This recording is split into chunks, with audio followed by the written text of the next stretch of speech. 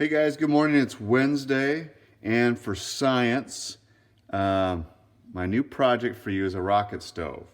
Your rainbow picture is due today, so hopefully you get that in.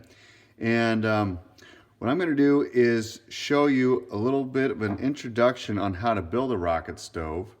There's a sheet of paper that's on the useful documents that tells you what to do, and it also has some website links that can get you to some good videos that will get you started. And I'm gonna hopefully create a video today that shows you how to make one. But let me show you a little bit the principle of it. If you've got a coffee can and you drill a hole into it, different ways to do that, you'll see on the videos. This is one that's been sitting in my backyard for probably 5 years, but here's the coffee can. It's all rusted and stuff. I would like to make a new one, make a video of that. And I cut a hole in that. Now, that can get a little tough. Some of you guys might have a hole saw at home. It makes a terrible noise, but I can get through it. Anyway, if you build that, then on the inside, you have another can. What really works well is like one of these fruit cans. So they're good size and almost as tall as the coffee can. And you drill a hole in that one too. Or you can drill a hole in a smaller one and pile 2 cans on top of each other, which is what I did here. Here is, again, it's all rusted because it's like 5 years old. There's that one, and then you have a can where you cut out both sides, and I put a slit up the side so it could fit inside like that. That'll go on the inside. And then you need another can that gets shoved in like that, and it's open on both sides, like this one here. And then if you just take a hunk of metal, cut it off, that is your shelf. That would go inside there like that. So it would go in like that. And the reason why that is, and the reason why this is called a rocket stove, is what you're doing is you're trying to focus the flame, which will be inside here, and that heat just to go straight up that chute and be able to cook right off the top. Now, how does this work? Well, what you do is you stick the wood in, make my wood red here, stick the wood in right here, just little pieces, little dry pieces, and that you feed it in on the top of that shelf. So those pieces of wood go on top of that shelf.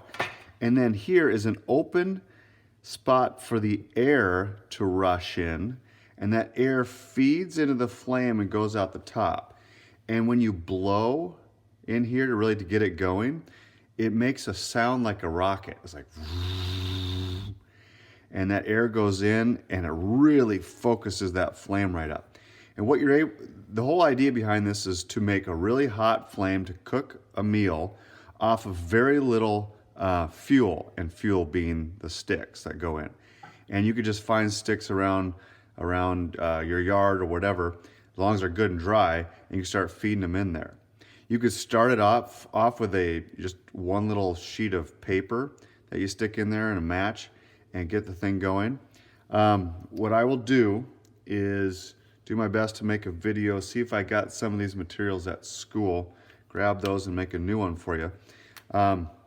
But that is your challenge. Now, on that sheet of paper, it says if you don't have the tools to do this, still give it a shot. But if you still can't pull it off, there's an alternative that you can do, making 2 videos that have build knives that you can find on the internet, 2 that we hadn't watched. Make sure you make the questions and the answers.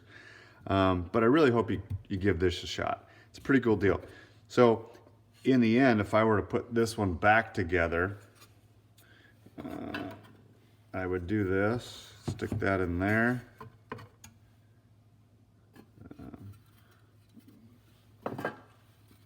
stick this into the side here. Yeah, it's not very good shape. And then I'd have to actually go into that chimney there. It's just pretty brutal right now. And then I would put this on top, or fill this, and then fill in the sides with sand. Something's got to seal it up. I've used gravel before. It doesn't work as well, but sand works really well. I've seen dirt work as well, but you need to insulate in here. That way you can actually walk around holding the can. But you wanna make sure everything's sealed off and it's focused up that tube.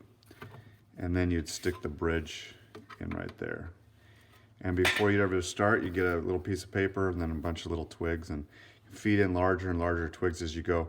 And then to get it going, you'd want to blow in here, just, and then you'd face it towards the wind if there is a wind, and the thing should get going. All right, I'm gonna see if I can make another video today. Good luck.